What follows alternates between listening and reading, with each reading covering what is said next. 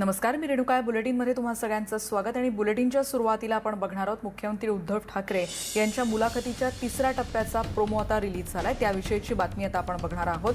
यात सामनाचे संपादक आणि शिवसेनेचे नेते संजय राऊत यांनी घेतलेल्या या मुलाखतीत मुख्यमंत्री उद्धव ठाकरे यांनी विरोधकांना थेट सुनावलंय. माझं सरकार पाडून दाखवा, जसं खुलं आव्हानच उद्धव ठाकरेंनी विरोधकांना दिलंय. राज्यातले प्रशासक आणि शासक यांच्यावर माझी घट्ट पकड आहे आणि यंत्रणा राबवण्याची धमक माझ्यात असल्याचं मुख्यमंत्री या प्रोमोत सांगतात. 3 पक्षांचं राज्य सरकार असेल तर केंद्रात किती पक्षांचं सरकार आहे, असा प्रश्नही मुख्यमंत्र्यांनी यात उपस्थित केलाय. ही मुलाखत उद्या आणि परवा म्हणजे 25 आणि 26 जुलैला न्यूज 18 लोकमतवर तुम्ही पाहू शकाल. मुलाखतीचा तिसरा प्रोमो प्रसिद्ध झालाय. राज्याचे मुख्यमंत्री म्हणून तुम्ही तुकाराम मुंड्यांच्या मागे उभे आहात की महानगरपालिका जे तुकाराम मुंड्यांच्या मागे लागली आहे तिकडे हात धुवून त्यांच्या मागे आहात? या सरकारचं भवितव्य विरोधी पक्ष नेत्यावरती अवलंबून नाही. यंत्रणा राबवण्याची हिंमत तुमच्यात पाहिजे. आतताईपणा कोणीच करू नये. मला प्रशासनाचा अनुभव नाही, त्याच्यामुळे मला मर्यादेचं भान नाही. हे 3 चाकी सरकार आहे असं म्हणतात, रिक्षा असं विरोधी पक्ष म्हणतात. शेवटी केंद्रामध्ये किती चाकं आहेत? राष्ट्रीय राजकारणाकडे तुम्ही सध्या कोणत्या दृष्टीनं पाहताय? आता तुम्हाला चीन नको आहे, पण कालांतराने पुन्हा हिंदी चीनी भाई भाई होणार नाही का? 60व्या वर्षी मी मुख्यमंत्री जरी असलो तरी असं नाही याजच 60 केला होता 8 तास असं नाहीये. हा योगायोग आहे. माझं तर मी इथं बसलेलोच आहे. माझी मुलाखत चालू असताना सरकार पाडा. संपूर्ण महाराष्ट्र शिवसेना आपल्याला पसरवायची आहे, आत्मनिर्भर शिवसेना करायची आहे, हे आपलं स्वप्न कायम आहे. मी माझी आज देखील सही आपला नम्र म्हणूनच करतो.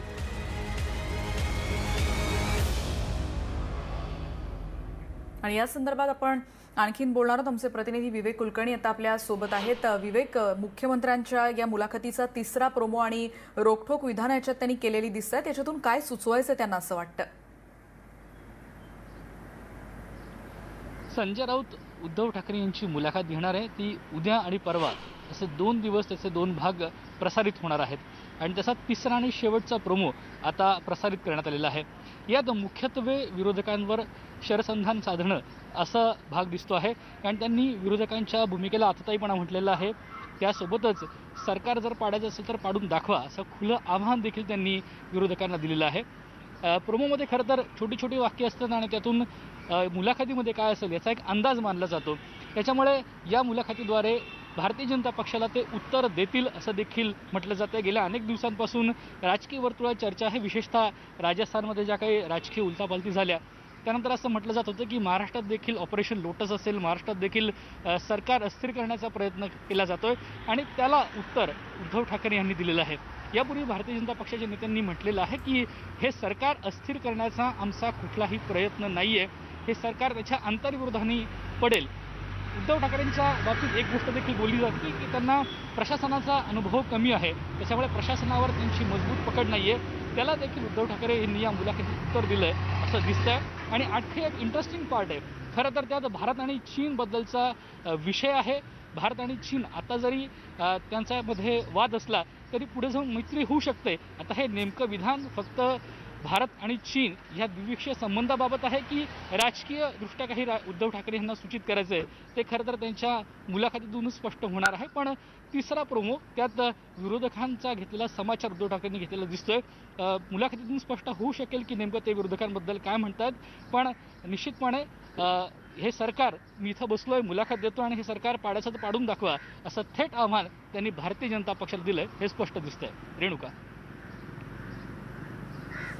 विवेक, आणि आणखीन 3 पक्षांचं सरकार असेल, राज्यातलं 3 पक्षांचं सरकार आहे, पण केंद्रात किती पक्षांचं सरकार असं म्हणत त्यांनी देखील आणखीन एका मुद्द्याला हात घातलेला दिसतोय. या संदर्भात आपण अधिक बोलणार आहोत. सचिन सावंत प्रवक्ते आहेत काँग्रेसचे, आता आपल्या सोबत आहेत. सचिन सावंत, या मुलाखतीतून म्हणजे मुलाखतीतल्या प्रोमोचा तिसरा प्रोमो रिलीज झालाय, त्याच्यातलं हे वक्तव्य आहे.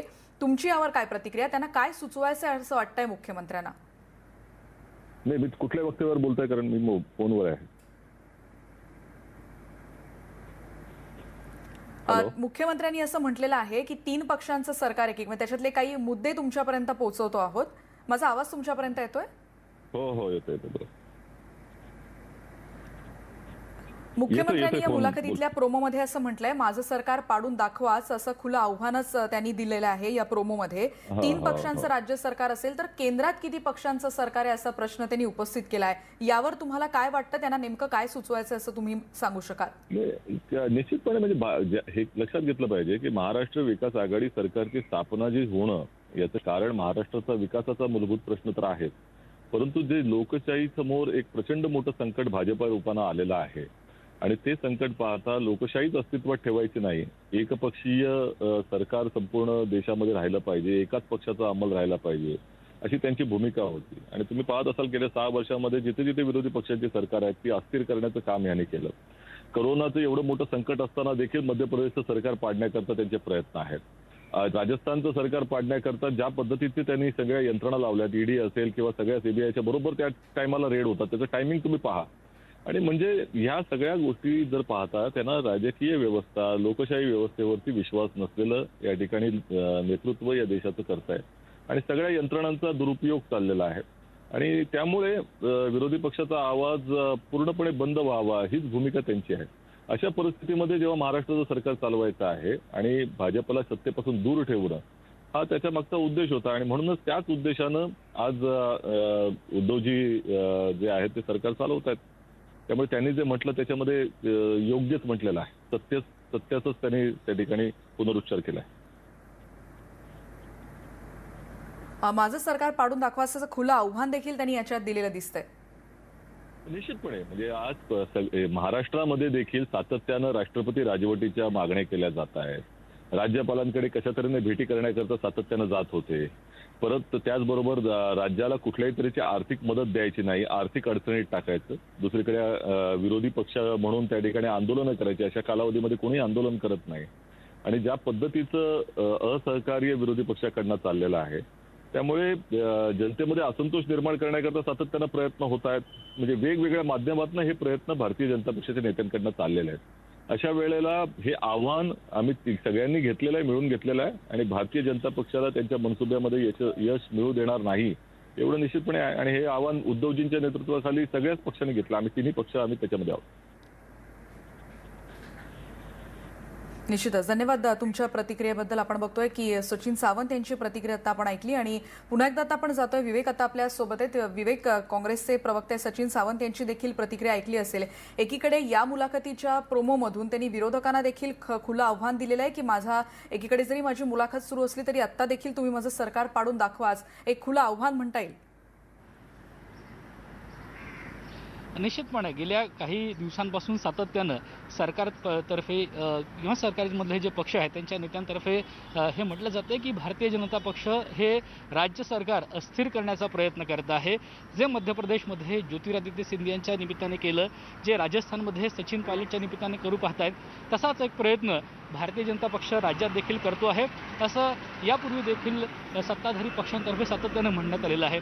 म्हणजे शरद पवारांची जी मुलाखत संजय राऊतांनी घेतली होती त्यात देखील हा विषय उपस्थित झाला होता आणि आता थेट उद्धव ठाकरे देखील म्हणतात. पण मूळ प्रश्न असा आहे की खरोखरच मग या राज्य सरकारमध्ये लोकांना भीती वाटते का की आपलं राज्य सरकार असं आहे आणि असं कोणी ज्योतिरादित्य सिंधिया किंवा सचिन पायलट या सरकारमध्ये कोणी आहे का याचं देखील उत्तर मग आता मिळणं फार आवश्यक आहे. कारण राज्य सरकार विवेक, अगदी थेट 1 मिनिट अशासाठी थांबवते कारण सुधीर मुनगंटीवार आता आपल्या सोबत आहे. तू थेट त्यांना प्रश्न विचारू शकतोस. सुधीर भाऊ, उद्धव ठाकरे यांच्या मुलाखतीचा प्रोमो आलेला आहे आणि ते म्हणतायत की मी मुलाखत देतोय आणि माझं सरकार पाडून दाखवा असं खुलं आव्हान त्यांनी दिलेलं आहे. तुम्हाला वाटतंय खरंच की राज्यात अस्थिर परिस्थिती आहे की काही वेगळा संदेश उद्धव ठाकरे देऊ पाहतात या मुलाखतीच्या निमित्तानं? नाही, मला वाटतं की हा संदेश काही भारतीय जनता पार्टीसाठी असण्याचं काहीच कारण नाही. माझं सरकार पाठवून दाखवा हे कदाचित त्यांनी आपल्या महाविकास आघाडीच्या मित्रांना उद्देशून ते बोलले असावे. भारतीय जनता पार्टीला वारंवार आम्ही सांगितलं आहे की आम्हाला सरकार पाडण्याची आवश्यकताच नाही आणि कोणतंही सरकार असं कोणत्याही पक्षाच्या प्रयत्नातून कधीच पडत नसतं. जर कोणाच्या प्रयत्नातून सरकार पाडणं हे एवढं सोपी कार्य असतं तर या राज्यातले नव्हे तर देशातले सर्व नरेंद्र मोदीजींच्या विरोधातले नेते, पत्रकार, या देशामधले उद्योगपती एकत्र आले असते आणि मोदीजींचं सरकार पाडलं असतं. हा काही भातुकलीचा खेळ आहे का? सरकार पाडू पण शकत सुधीरजी, नाही बाहेरचं जसं मध्य प्रदेश नाही मग बरोबर आहे तुमचं म्हणणं, पण मध्य प्रदेशमध्ये जसं ज्योतिरादित्य शिंदे सापडले तुम्हाला, सचिन पायलट काँग्रेसमध्ये आहेत, आणि राजस्थानमध्ये काय होतं हे आपण पाहतोय सगळं. तुम्हाला असं कोणी ज्योतिरादित्य सिंधिया किंवा सचिन पायलट महाराष्ट्रात सापडलाय का अजून? भारतीय जनता पार्टीने कोणतंही सरकार पाडलं नाही.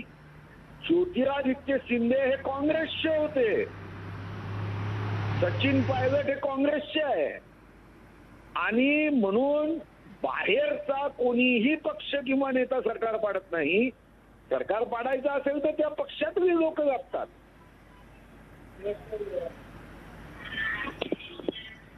नाही, मग तुम्हाला असं कोणी दिसतंय का आता? कारण सातत्यानं महाविकास आघाडीमध्ये वेगवेगळ्या मुद्द्यांवरून नाराजी दिसतेय. अगदी अशोक चव्हाण देखील त्यांच्या खात्याचं विभाजन केलं जाईल त्याच्यामुळे नाराज आहे अशी बातमी आहे. काय दिसतंय तुम्हाला सगळ्या महाविकास आघाडीच्या तिन्ही पक्षांमध्ये? सुसूत्रता आहे, समन्वय आहे की नाराजी आहे? नाही, सुसूत्रता आणि समन्वय कदापिही येऊ शकत नाही. कारण या तीन पक्षाचा अजेंडा काय? अजेंडा एकच होता, तो म्हणजे पक्षाची विचारधारा नाही. अजेंडा एक, भारतीय जनता पार्टीला दूर ठेवा. जनतेचं अहित झालं तरी चालेल, जनतेच्या विकासाच्या कार्याला आपण थांबवलं तरी चालेल. अजेंडा एक की भारतीय जनता पार्टीचा हा जो विकासाचा झंझावात आहे, हा विकासाचा कामाला अडथळा कसा आणता येईल यांचं काय लक्ष आहे. आणि तुम्हालाही माहिती आहे की यामध्ये प्रत्येक पक्षांनी आपलं मत कधी ना कधी व्यक्त केलं. उद्धवजी म्हणाले की मला मुख्यमंत्री व्हायचं, शिवसैनिक मुख्यमंत्री व्हावा हे माझं स्वप्न होतं. आता शिवसैनिक मुख्यमंत्री झाले. अशोक चव्हाण साहेब काय म्हणाले की आम्हाला कोणत्याही परिस्थितीमध्ये भाजपचं राज्य येऊ द्यायचं नव्हतं, कारण अल्पसंख्याक समाजाची इच्छा होती. पवार साहेबांना काय वाटतं की महाराष्ट्रात एकदा पुन्हा भाजप आलं तर महाराष्ट्राची सत्ता पुन्हा पुढचे 25 वर्ष ही कदाचित विरोधी पक्षांना मिळू शकणार नाही या भीतीपोटी यांनी अशा पद्धतीने जनादेशाचा अनादर अवमान करत ही सत्ता खुर्चीसाठी स्थापन केली आहे. आता खुर्चीसाठी जेव्हा एखादी सत्ता स्थापन होते तर ती काही दीर्घकाळ टिकत नाही. आणि याकरता मी जे म्हणतोय की सरकार पाडण्याचा प्रयत्न कदापिही पुढचे 5000 वर्ष भारतीय जनता पार्टी महाराष्ट्रात करणार नाही. पण महाविकास आघाडीच्या पक्षातल्या सदस्यांनी जर काही केलं तर त्याचा काही विमा कवच आम्ही देऊ शकत नाही. अगदी विवेक, जसं आपण बघतोय सुधीरभाऊ म्हणतायत की आंतरविरोधामुळे असेल या मुद्द्यावर आणखीन देखील प्रतिक्रिया आम्ही तुमच्यापर्यंत पोहोचवत राहणार आहोत. आता आपण सचिन सावंत काँग्रेसचे प्रवक्ते आणि सुधीरभाऊ मुनगंटीवार यांची प्रतिक्रिया तुमच्यापर्यंत पोहोचवली. सामनाचा तिसरा प्रोमो रिलीज झालाय. बघूयात उद्यापासून आणखीन या मुलाखतीतले अपडेट्स आपल्यापर्यंत पोहोचवत राहणार आहोत. आणखीन तपशील कळू शकेल. धन्यवाद विवेक या सगळ्या सविस्तर माहितीबद्दल आणि या चर्चेबद्दल. पुढची बातमी आपण बघणार आहोत, ज्याचा आता उल्लेख झाला होता की अशोक चव्हाण नाराज आहेत का, आणि तसं असेल तर त्यांच्या नाराजीचं कारण काय आहे या संदर्भातली आपण बातमी बघणार आहोत. कारण सार्वजनिक बांधकाम मंत्री अशोक चव्हाण नाराज असल्याची माहिती कळतेय. त्याचं कारण असं आहे की खात्याच्या काही विभागाच्या विभाजनाचा प्रस्तावासंदर्भात ते नाराज आहेत असं कळतंय, आणि त्यांना न विचारता काही मंजुरी देण्याच्या हालचालींमुळे अशोक चव्हाण नाराज आहेत आणि त्यांनी ती नाराजी मुख्यमंत्र्यांपर्यंत पोहोचवली, अशी नाराजी त्यांनी पोहोचवलेली आहे अशी देखील सूत्रांकडून माहिती मिळते आहे. आताची एक महत्त्वाची बातमी, यात आधी देखील चव्हाण यांना हवे ते सचिव न दिल्यानं त्यांनी नाराजी व्यक्त केलेली होती आणि पुन्हा एकदा ते नाराज असल्याची माहिती कळतेय. त्यामुळे सार्वजनिक बांधकाम मंत्री अशोक चव्हाण नाराज आहेत का अशी सध्या चर्चा सुरू आहे. बातमी अशी आहे की चव्हाण यांच्या खात्याच्या काही विभागाच्या विभाजनाचा प्रस्ताव त्यांना न विचारता मंजुरी देण्याच्या हालचालींमुळे ते नाराज आहेत असं कारण सध्या चर्चेत असल्याचं कळतंय. अधिकारी परस्पर प्रस्ताव देत आहेत, चव्हाण त्याच्यामुळे नाराज आहेत अशी चर्चा आहे. याआधी देखील चव्हाणांनी त्यांना हवे ते सचिव न दिल्यामुळे नाराजी व्यक्त केल्याची देखील चर्चा होती.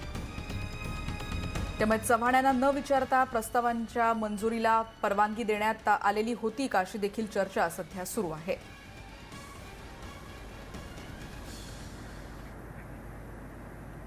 आणि या दोन बातम्यांनंतर आता पुढची बातमी आहे नाशिकमधली आरोग्य विभागातली एक महत्त्वाची घडामोड नाशिकमधली. ती बातमी काय आता आपण बघणार आहोत, कारण नाशिक महानगरपालिकेच्या वैद्यकीय आरोग्य अधिकाऱ्यांची तडकाफडकी बदली करण्यात आली आहे. आपल्याला माहिती आहे शरद पवार, राष्ट्रवादी काँग्रेसचे अध्यक्ष शरद पवार आणि आरोग्यमंत्री राजेश टोपे यांच्या दौऱ्याच्या पूर्वसंध्येला म्हणजे कालच तडकाफडकी त्यांची बदली करण्यात आली. नाशिक शहरातला कोरोनाचा फैलाव रोखण्यात पालिकेला अपयश आलंय, त्यामुळे राजेंद्र त्र्यंबके यांची उचलबांगडी करण्यात आली. आता नाशिक मनपाच्या वैद्यकीय आरोग्य अधिकारीपदी डॉक्टर बाबूसाहेब नागरगोजे यांची नियुक्ती करण्यात आली आहे. दरम्यान शैक्षणिक पात्रता नसतानाही त्यांची इथे नियुक्ती असल्याची धक्कादायक माहिती देखील आता समोर येते.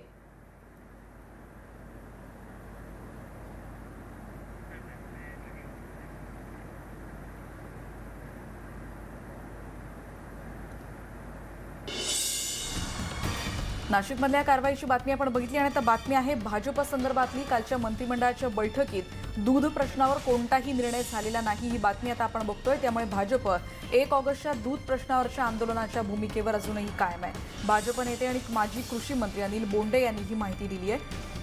घटक पक्षांशी देखील त्यांनी चर्चा करून भाजप याबद्दलची आंदोलनाची भूमिका ठरवली जाणार आहे. विरोधी पक्षनेते देवेंद्र फडणवीस आणि चंद्रकांत पाटील आणि घटक पक्षांशी चर्चा करून आंदोलन नेमकं कसं असेल, त्याचं स्वरूप कसं असेल याबद्दलची दिशा ठरेल. 27 जुलैला भाजप कार्यकारिणीच्या बैठकीनंतर म्हणजे यानंतर या आंदोलनाचं स्वरूप नेमकं कसं असेल हे ठरू शकेल.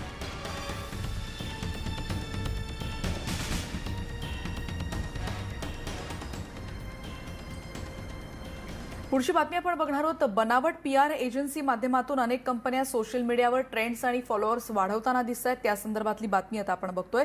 अशा डाटा कंपन्यांकडे या संदर्भात सायबर पोलिसांकडे देखील तक्रारी सध्या नोंदल्या जात आहेत. गृहमंत्री अनिल देशमुख यांनी या संदर्भातली माहिती दिलेली आहे. चित्रपट तसंच काही राजकीय नेते आणि आता निवडणूक आयोग सोशल मीडिया टीम यावर सगळ्यावरच प्रश्नचिन्ह उपस्थित होत आहेत. या संदर्भात गेल्या काही दिवसात सोशल मीडियावरून खोडसाळ प्रकार घडत आहेत आणि त्यावर गृहमंत्र्यांनी ही भूमिका मांडली आहे. अनेक PR एजन्सीज अनेक बॉलिवूडच्या हस्तींना किंवा मोठ्या मोठ्या लोकांना त्यांच्या सोशल मीडियासाठी बनावट फॉलोअर्स देतात, ज्याला बॉट्स म्हणतात. आणि अशा या बनावट फॉलोअर्सचा ज्या पद्धतीनं उपयोग ट्रोलिंगसाठी किंवा डाटा चोरीसाठी केला जातो, याची संपूर्ण चौकशी महाराष्ट्र पोलीस करणार आहे. आणि यानंतर एक ब्रेक घेऊन आपण इतर बातम्यांचं पुन्हा भेटणार आहोत. पहा फक्त न्यूज 18 लोकमत.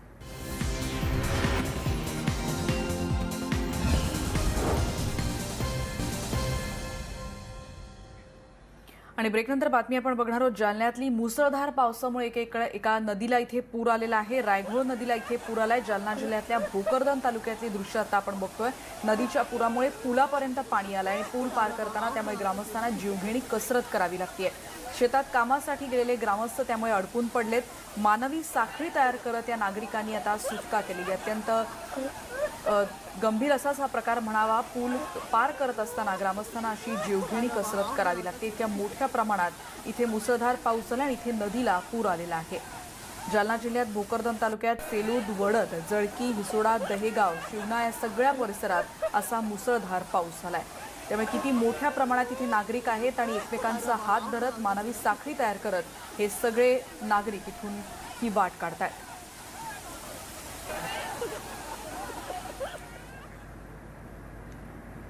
आणि यानंतर एक महत्त्वाची बातमी आहे. गडचिरोलीमधून माओवाद्यांनी गडचिरोली पोलीस दलावर हल्ला केल्याची माहिती येते. अत्याधुनिक शस्त्रांचा वापर करत हा हल्ला करण्यात आल्याचं कळतंय. UGBL या अत्याधुनिक शस्त्रांचा वापर त्यांनी हल्ल्यावेळी केलाय. पोलिसांनी चोख प्रत्युत्तर देत हा हल्ला परतवून लावलाय. आताची एक महत्त्वाची बातमी. गडचिरोलीमध्ये माओवाद्यांनी गडचिरोली पोलीस दलावर हल्ला केल्याचं कळतंय. UBGL या 300 मीटरपर्यंत मारा करू शकणाऱ्या अत्याधुनिक शस्त्रांचा यावेळी त्यांनी वापर केलाय. देवारीच्या जंगलामध्ये ही घटना घडलेली आहे.